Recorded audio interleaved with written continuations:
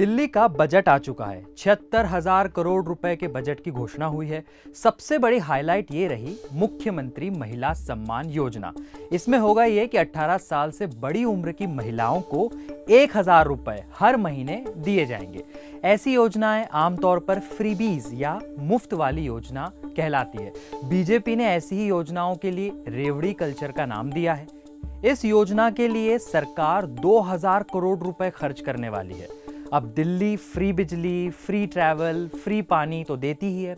इस लिस्ट में एक और नई योजना का नाम जुड़ गया है। तो हम आपको बताएंगे कि दिल्ली सरकार अपने बजट का कितना % इन मुफ्त वाली योजनाओं पर खर्च करती है, यानी दिल्ली सरकार मुख्य रूप से कितनी सब्सिडी देती है, इसका हिसाब लगाएंगे। ये भी बताएंगे कि दिल्ली पर कितना कर्ज है, दिल्ली कितने घाटे में है और दिल्ली की कमाई कितनी है। चलिए हिसाब किताब करते हैं, लेकिन उसके पहले एक मुद्दे की बात हमारी है। आप इस चैनल को सब्सक्राइब कीजिए और अगर आपको हमारा वीडियो पसंद आता है तो आप इसे लाइक भी कीजिए और क्विंट हिंदी का मेंबर भी बनिए, क्योंकि मेंबर बनने के अपने कई सारे फायदे हैं। और ज़्यादा जानकारी के लिए आप डिस्क्रिप्शन में जो लिंक दी गई है उस पर क्लिक करें और मेंबर बने। चलिए पहले आपको दिल्ली में मुफ्त वाली योजनाएं कौन कौन सी है उसकी लिस्ट बताते हैं। लेकिन ये भी जान लीजिए कि आम आदमी पार्टी सरकार पहली सरकार नहीं है जो मुफ्त वाली योजनाएं लाती है। आपके अस्तित्व में आने से काफी पहले भी भारत में फ्रीबीज कल्चर चलता आ रहा है।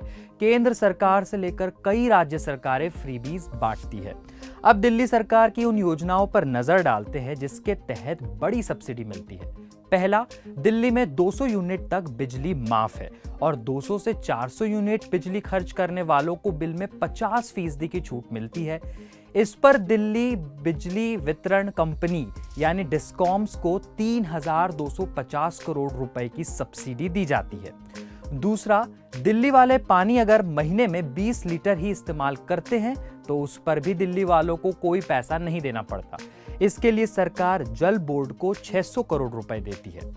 तीसरा, दिल्ली की डीटीसी और क्लस्टर बसों में महिलाओं के लिए यात्रा फ्री है, लेकिन डीटीसी को बसें चलाने के लिए कुछ खर्च तो आता ही है। इसके लिए सरकार डीटीसी, क्लस्टर बसें और जो कुछ लोगों को भी पासेस जारी होते हैं उसके लिए कुल 394 करोड़ रुपए की सब्सिडी दी जाती है। चौथा, मुख्यमंत्री महिला सम्मान योजना। इसके तहत अप्रैल 2024 से 18 साल या इससे बड़ी उम्र वाली महिलाओं को हर महीने 1,000 रुपए दिए जाएंगे। सरकार इस पर 2,000 करोड़ रुपए खर्च करेगी। पांचवा, मुख्यमंत्री तीर्थ योजना। इसके तहत 60 साल या इससे ज्यादा की उम्र वाले वरिष्ठ नागरिकों को तीर्थ यात्रा का खर्च दिल्ली सरकार उठाती है। बजट के अनुसार दिल्ली सरकार इस बार इस पर 80 करोड़ रुपए खर्च करेगी। छठा, दिल्ली में वंचितों को सरकार मुफ्त में चीनी भी देती है। इस पर सरकार 3 करोड़ 75 लाख रुपए खर्च करेगी। अब इन खर्चों पर आप ध्यान से देखेंगे तो आपको यह पता चलेगा कि बिजली पर सरकार सबसे ज्यादा सब्सिडी देती है और फिर महिला सम्मान योजना पर सबसे बड़ा खर्च है। एक और बात गौर करने लायक है, बजट के अनुसार दिल्ली सरकार मुफ्त की योजनाओं के लिए कोई कर्ज नहीं लेती है, बल्कि सरकार अपनी कमाई का खर्च ही इन योजनाओं पर करती है।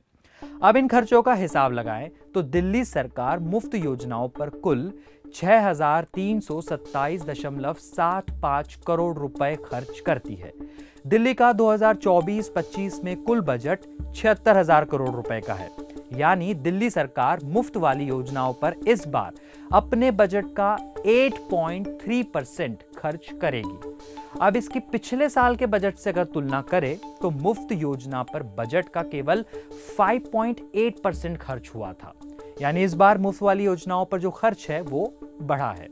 अब बताते हैं कि दिल्ली कितने घाटे में है और दिल्ली की कितनी कमाई होती है। दिल्ली बजट 2024 के अनुसार दिल्ली की कमाई 64,141 करोड़ रुपए की है।